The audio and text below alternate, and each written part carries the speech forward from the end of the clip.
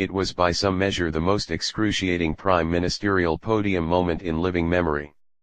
That none of the three mishaps to afflict the Prime Minister in Manchester were her fault, a coughing fit, slipping signage, accepting a P45 from a comedian, means that for now no MP will make the mistake of being seen to take advantage. But symbolism, optics, and being seen to be in charge are vital parts of being PM. Theresa May does not seem to be a lucky general right now. And her party are not allowing her to make her own luck, either. The real problem is that the extraordinary spectacle of her speech did accord with the political backdrop of the conference.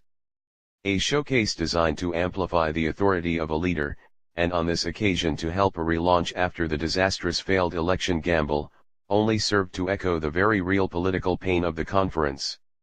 While the disloyal antics of the Foreign Secretary stole the headlines and the oxygen of publicity on multiple occasions, elsewhere in the conference there were other fundamental problems.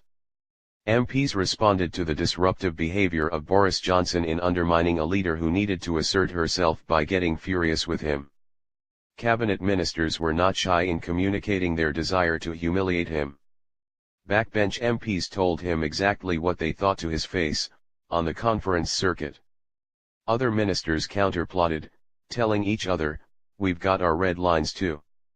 After his speech, one cabinet minister said, "We're past peak Boris." Another minister piled in alongside other MPs in criticizing his comments about Libya. His dwindling band of supporters, meanwhile, continued to claim that his original intervention, the 4,000-word article that preempted her Florence speech, had prevented a Norway-style option for Brexit which Chancellor Philip Hammond wanted to keep in play, alongside top civil servants.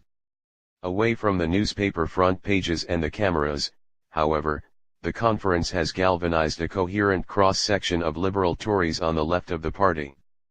They now say they will not go down without a fight, they will not allow what they suspect is a conscious drive for a no-deal Brexit and are starting to expect an election in 2019, not 2022, and are organizing appropriately within the party. Boris Johnson, attention seeker extraordinaire? We are handcuffed to this ship heading for an iceberg, it is only a matter of choosing when to jump off, says one minister. And this is the problem. The lack of appearance of authority from the PM's speech was totemic of a lack of actual authority, at a time when Theresa May needed industrial quantities. Diplomats from EU countries were at the conference to discover whether she would be able to deliver what she negotiates in Brussels later this month and in December.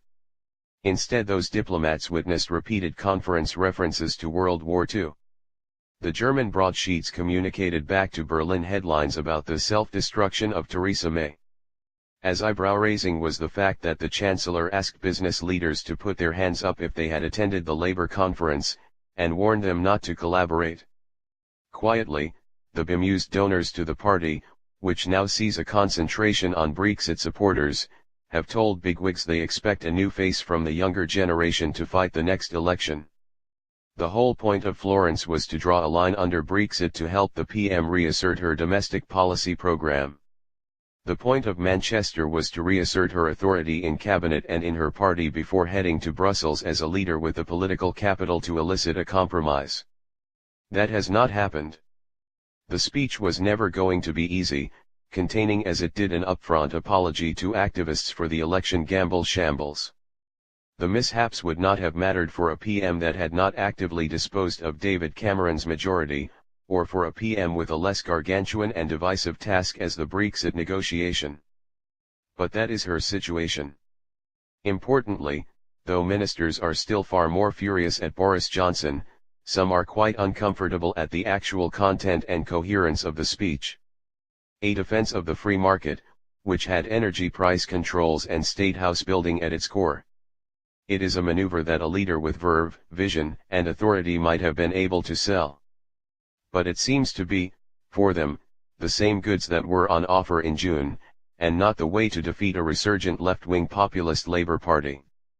That view is ominous, and outweighs the obvious respect for the PM's resilience in finishing her speech, and the revelation of her human side in public. Leaders need respect, not the sympathy of a protective standing ovation.